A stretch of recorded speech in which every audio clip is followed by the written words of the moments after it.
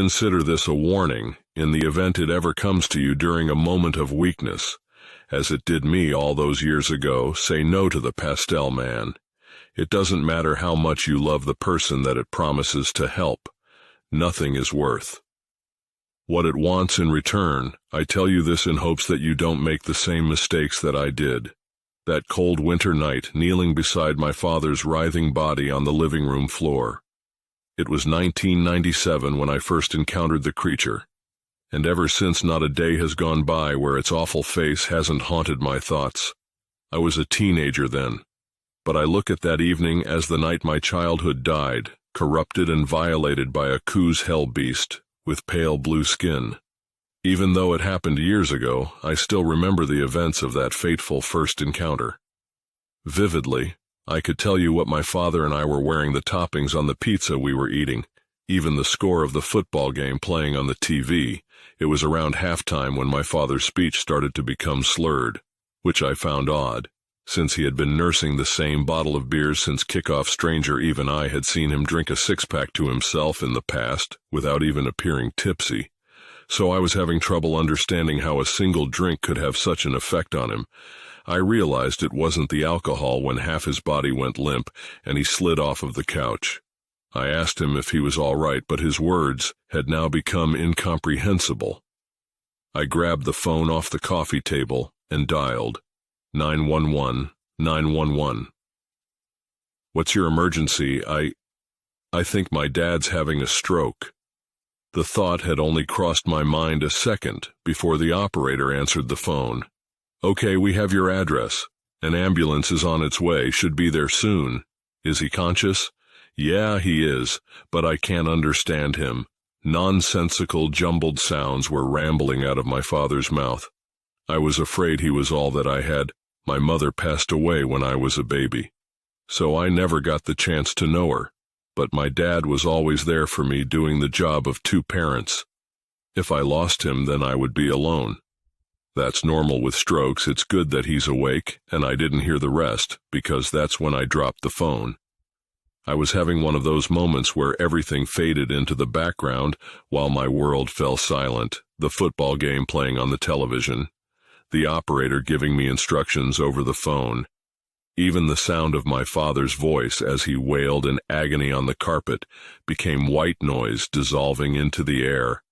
As I lost all awareness of my surroundings, all of my attention and focus was now on one thing: the horrible abomination that was standing in my kitchen watching me and my father, with a twisted smile across its disgusting face, its head narrowly missed scraping against our kitchen's 9T ceiling as it drifted from side to side, fidgeting with anticipation like a giddy child in class on the last day of school, waiting for that final bell to signal summer vacation. The pastel blue skin that covered its body from the creature's head all the way down to its horrible grimy feet looked weathered and wrinkled like leather that had been left out in the sun for days. Off its long, lengthy frame was a plain brown satchel with black stitching, and it lightly caressed the strap of its pouch with a long finger, while it looked on with an eager expression on its face. Now at first I thought I had gone mad from the sight of seeing my father have a stroke, but the closer the monstrosity slinked towards us, the more I realized it was no hallucination. It ducked its head under the light fixture in the living room and stepped a spindly leg over the couch. Though the monstrous freak of nature was clearly bipedal, it had moved to all fours and appeared to be stalking us like some wild animal hunting its prey. I should have been terrified, but the horrible smile on its god-awful face made me feel more angered towards the thing than fear. It was as if it was taking pleasure in my father's misery. Closer still it crept, and I grabbed my father's hand out of desperation and some veiled the attempt to protect him. The creature stopped its face mere inches from mine before shifting its attention down to my father.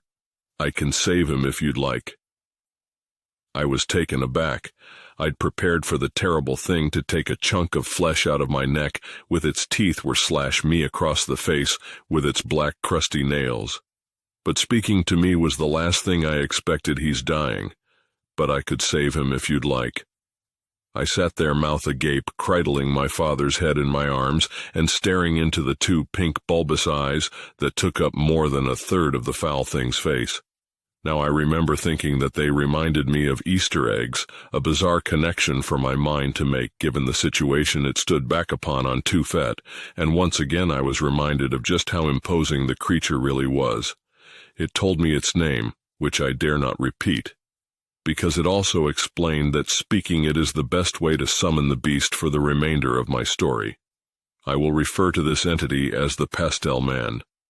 Just the name I came up with, due to the pigment of its skin, and the light shade of pink that was the color of its eyes.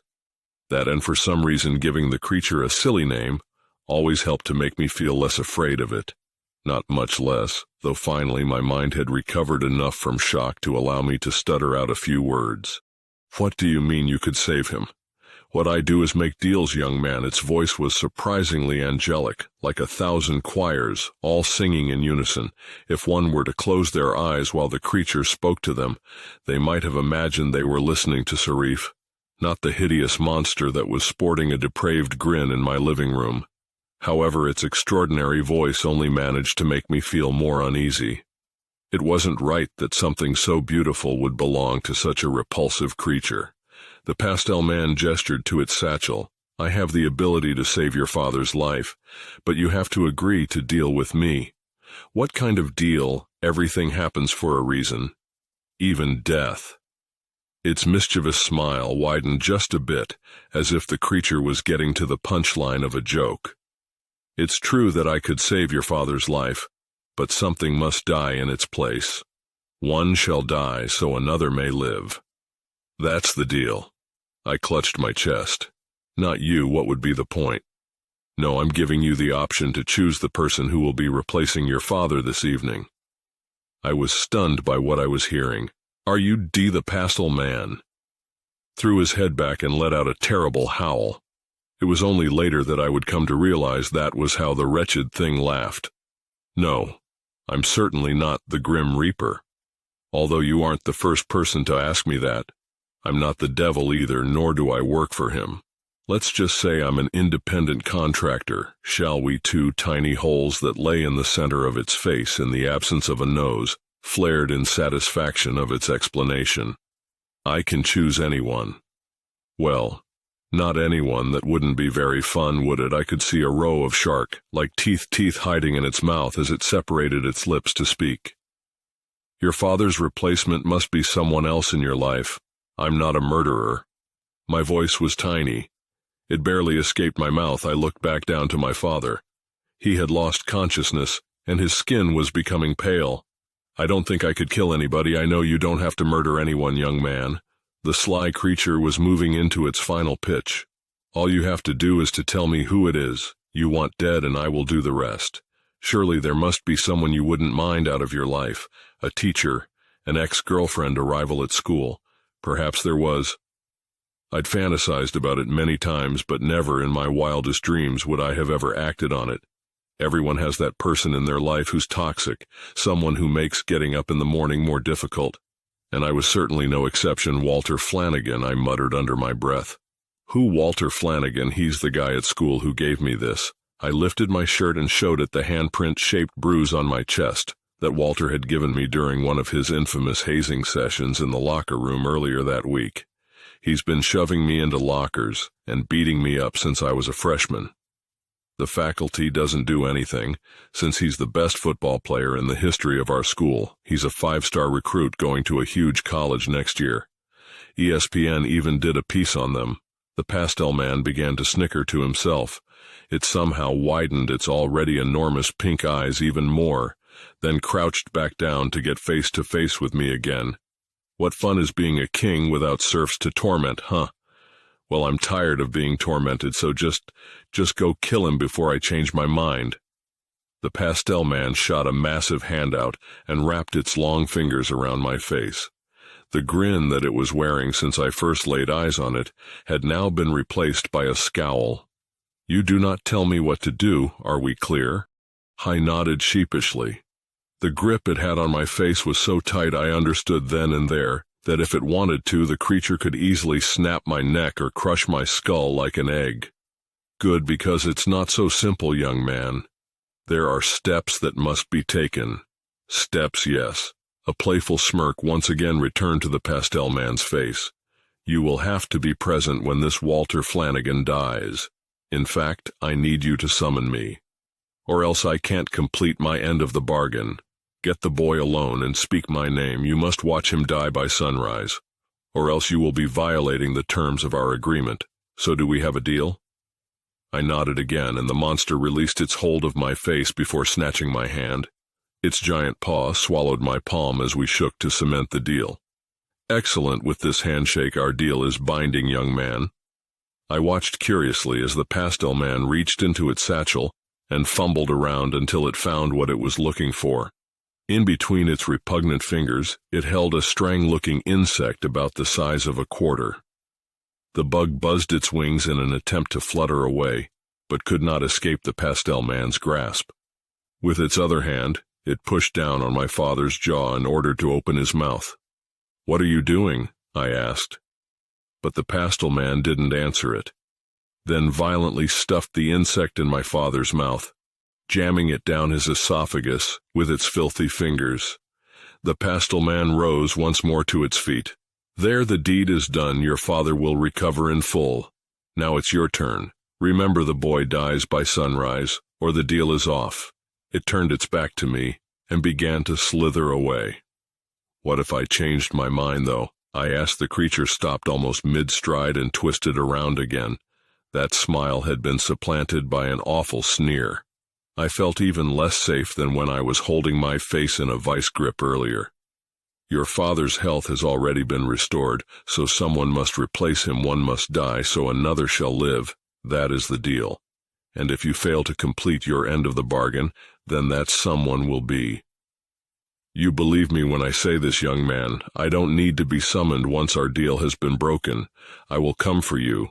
That is a promise, and when I do, you're going to wish you never crossed me." And with that it continued out of the kitchen and through the back door. I chased after it. But by the time I got outside into the backyard, the thing had disappeared. It was then that I spotted the lights of an ambulance as it pulled up across the street from my house.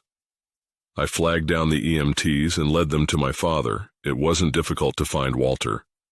I knew exactly where he was going to be, but I had completely lost track of time while waiting to hear from my father's doctor in the ICU. I had to hurry to Eddie Gillen's house. Eddie's parents were out of town, and he had been talking all week at school about the rager he planned on throwing. There were two things I knew about Walter. One, Eddie was his best friend, and two, he never missed a party. It was somewhere around 3:30 in the morning when I pulled my car up to Eddie's. I parked a little ways down the street so I wouldn't be spotted, because I'd gotten held up at the hospital. I feared that I'd missed my chance to catch Walter. My concerns were alleviated when I saw his raised pickup truck still parked in the driveway. Another thought crossed my mind. What if Walter had gotten too drunk and passed out? I tried to think of a way to get into Eddie's and get Walter alone long enough for the Pastel Man to do whatever it had planned. Luckily for me, it wasn't too long before Walter stumbled out of Eddie's front door and climbed into his truck. I let out a sigh, having just escaped a potentially challenging problem. He pulled out of the driveway and I followed behind, staying far enough away so that I wouldn't tip him off. He was drunk even from the distance I was telling him. I could see his truck swerving in and out of its lane.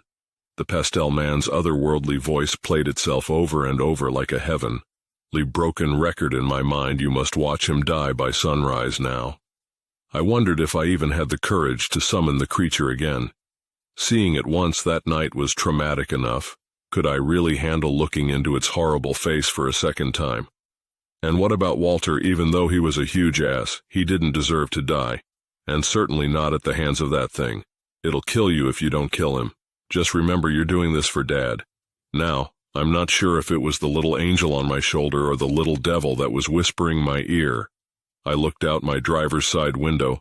A pink ribbon lined the horizon, the very first signs of sunlight making its presence known in the dark evening sky. In a couple hours morning would arrive, and I would be too late to complete my end of the bargain. I would see the Pastel Man again one way or another. Walter lived up in the foothills outside of town, where some of the wealthier people owned homes. I'd been there once for a school project where I did all the work, and he ended up taking the credit. We had come to a part of the road leading towards his house that cut through a wooded area. I knew there would be no houses for a stretch, so I decided that was where I would make my move. I sped up until I was tailgating the truck, then started flashing my brights and honking my horn. I was prepared to rear-end him in order to get him to stop driving, but it didn't even take that to get the job done. He must have been panicking. His truck started to swerve violently across the street before running off-road. Besides swiping a tree and coming to a complete stop, I pulled up behind him, and then hesitated for a moment. A glimpse of the creature's grin flashed through my mind, causing me to shudder. I got out of my car, but left the engine running and my headlights on. "Hey, Walter," I shouted. Walter's door jerked open and he jumped out of the truck to the ground below. "She these, Mom." He was confused but clearly annoyed. "Sha the retries" was the nickname he had affectionately given me on my second week of school. Within a month, he had the entire class calling me. "It you think that was funny? I'm going to you up, you little." He stormed towards me with both fists clenched again. Doubts crossed my mind about whether or not I could pull the trigger, and guilt began to pump through my veins. Walter's life was about to end, and it was going to be because of me. Memories darted through my consciousness, all the after-school beatings I took at the hands of Walter Pastel Man's wicked smile, the look on my father's face as he kicked and screamed on the living room floor. Finally, those words spoken through that unnervingly angelic voice of that terrible monster. "One must die so another shall live." Walter was moving closer. It was now or never. I had to choose whether or not I would summon the beast before the decision was out of my hands. I shouted to the Pastel Man's real name out in a burst of emotion aimed directly at the star football player. Walter paused for a moment, looking at me in confusion, then recollected himself and proceeded towards me again. The Pastel Man was nowhere to be seen, and for the second time that evening, I'd wondered if I had gone insane. Could everything that had happened to me that night been in my head? What was real? Was my father even sick again? I repeated the thing's name in an effort to summon it, but this time it did nothing to hinder Walter's pursuit of me. He violently shoved me against the hood of my car, grabbed a hold of my shirt collar and spun me around. Walter raised his fist to hit me. I winced and put my hands up in order to prepare for impact, but he never struck me. It was only when I opened my eyes that I realized I wasn't crazy. Walter's face was white. His mouth hung open just as mine had when I first caught sight of the Pastel Man earlier that evening. I turned my head to see that unmistakable long, lanky body slink out of the shadows, and in front of my car's headlights, the face still wore that warped smile, and I knew just beyond those thin lips was a mouthful of tiny daggers capable of tearing muscle from bone. Neither Walter nor I said a word, and I think I might have been almost as terrified as him. My stomach began to feel sick as the Pastel Man stalked ever closer. I didn't look at Walter's face. I mean, how could I? The boy was about to die at the hands of this horrible monster, and it was my fault. I didn't have to summon it. I didn't have to shake its hand. I'm sorry, I truly was, and I still am. I hadn't taken my eyes off the Pastel Man, but I think I had more to do with not being able to look Walter in the face than the fear for my own life. Walter said nothing. My car's headlights fell on the creature's face, and now we could both see it clearly. The Pastel Man's large pink eyes seemed to glow bright in the light of the headlamps. Walter let go of me and made a break for his truck, but the hell beast pounced on him with a surprising amount of speed and agility that I had not seen it demonstrate. His screams were met with only apathy from the creature as it dug those filthy black fingernails into Walter's abdomen. I tried to look away, but the Pastel Man made sure I remembered our agreement. "You must watch, young man. Don't forget we had a deal." I forced myself to look back at the massacre. The creature's smile had mutated from mischievous to depraved. It looked as if it were deriving some sort of sick sexual pleasure out of the torture it was putting Walter through. Deeper still, It burrowed its long, bony fingers into Walter's stomach, and with a jerk, the heinous thing yanked out a handful of its intestines and dragged it across the ground as it approached me, flaring those holes on its face that filled an F-nose, and clearly pleased with its handiwork. It's over.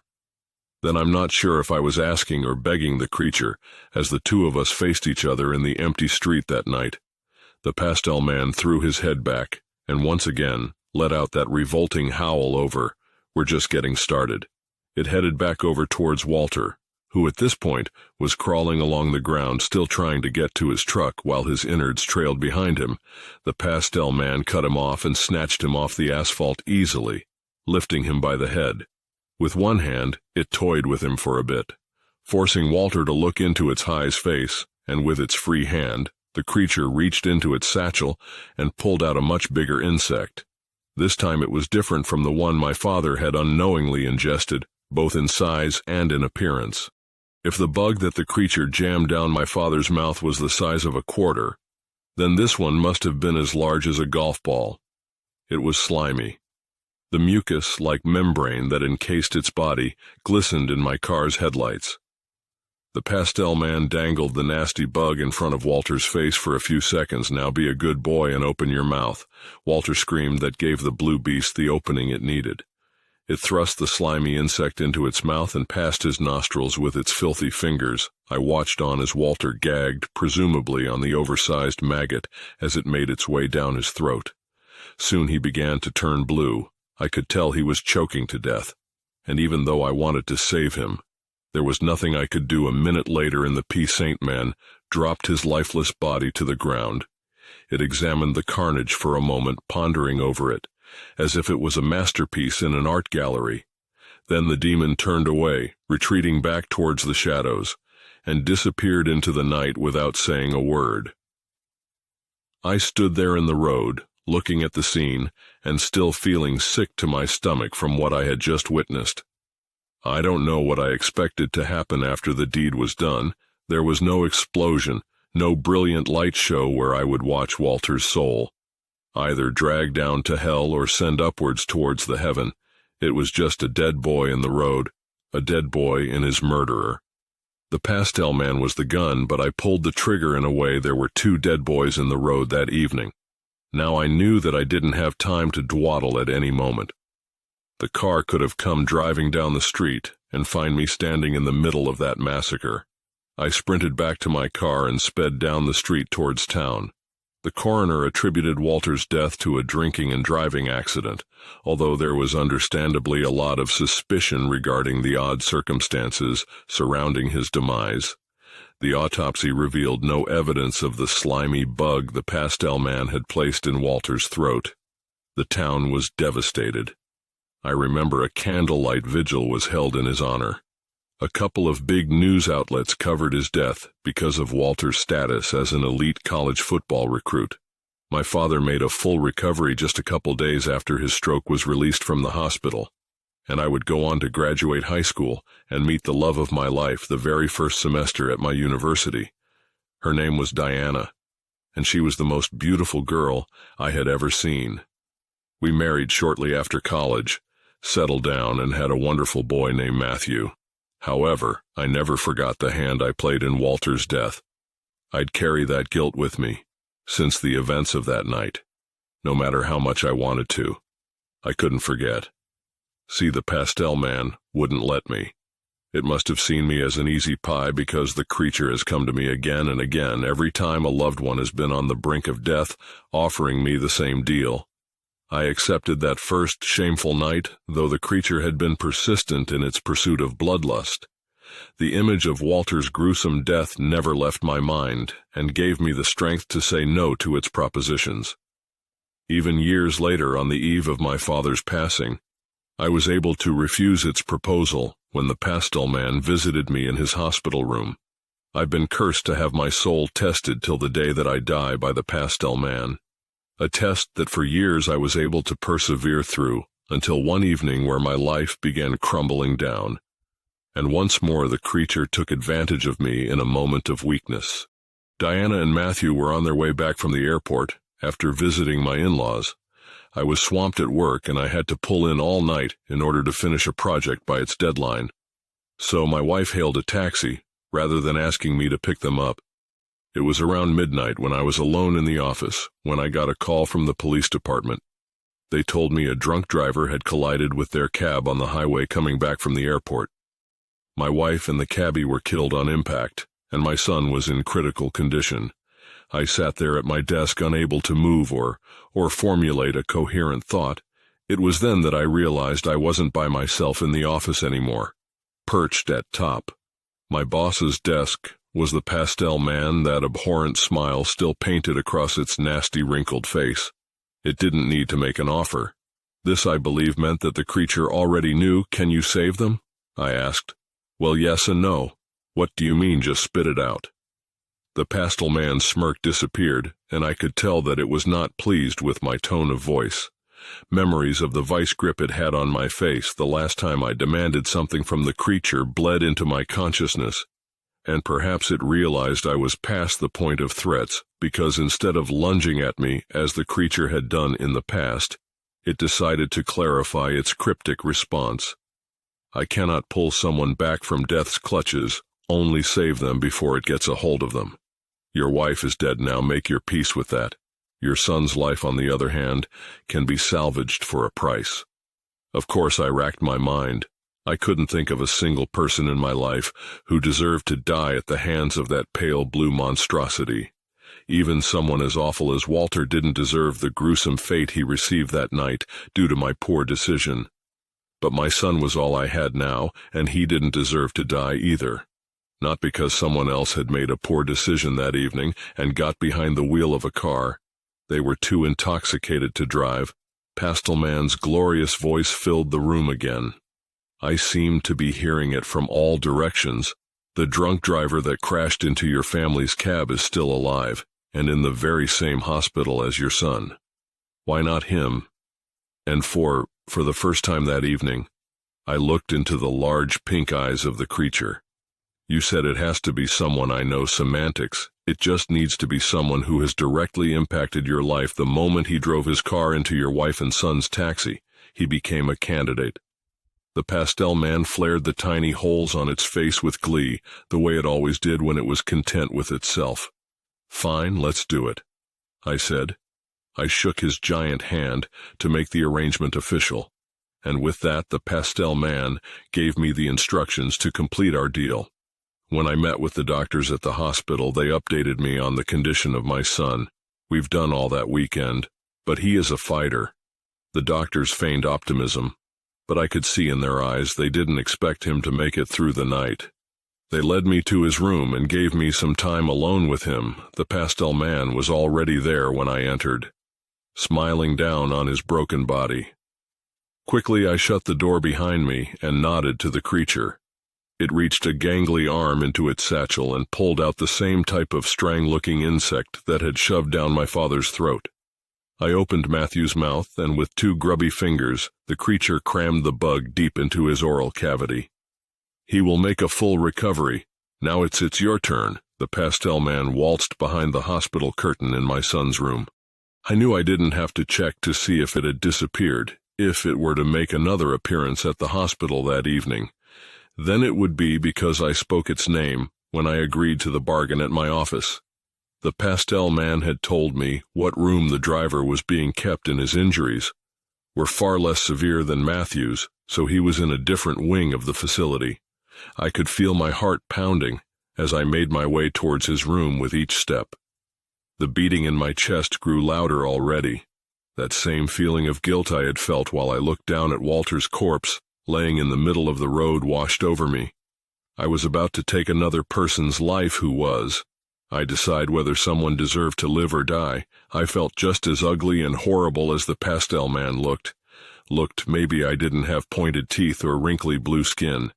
But I knew that if I went through with our deal, then I was just the big of a monster.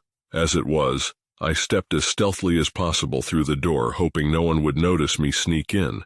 And as I looked down at the face of the driver laying unconscious in his bed, I instantly felt that familiar sickness in my stomach. He was a boy no older than Walter. the night the Pastel Man and myself unfairly snuffed out of his life before it truly had a chance to shine. Walter could have become someone different when he matured, someone capable of doing real good in this world. But he was never given the opportunity. This driver was just a stupid teenager who made a mistake, one that he'd never get the chance to atone for. I saw Walter in the boy's face, and my stomach began to churn more. I tried to call out the Pastel Man's name, but I couldn't. Perhaps that little angel on my shoulder wouldn't allow me. I would not be responsible for the death of another boy. Not this time. I refused to pull that trigger. I walked out of his room and I didn't look back, and I spent the rest of the evening sitting next to my son's bed. The first few rays of morning sunlight snuck into Matthew's hospital room and caught my attention. I peeked out through the blinds and watched the sunrise for the first time since the night Walter died. It was beautiful. The pink ribbon that lined the horizon had bled into the sky, creating a dazzling purple hue. I had my light show, and it was spectacular. I broke my deal with the Pastel Man, and in doing so, my fate now rests in its filthy hands that it likely plans on burying into my abdomen. On the plus side, my son will recover in full. It will be hard for him growing up without his parents, but he's always been close with his aunt. My wife's sister is a wonderful woman with a caring family. She's his legal godmother and promised us the day he was born that she would always be there for him. Her husband does well for himself, and they never had problem with money. The life insurance policy Diana and I took out, combined with the money we had been putting away for Matthew to go to college, will ensure that there should be no financial issues while he's under their care, and it's only a matter of time before the Pastel Man comes for me. I have accepted that my death is near. I'm not scared, though in a way I look forward to it. It's almost as if the boy that died within me on that terrible night has been given another chance when I die. All the guilt and hate that I've had for myself dies with me wiped away, so that my soul can carry over to a new plane of existence, pure and innocent the way it was before I had ever met that monster. One must die so another shall live. That's what the Pastel Man said.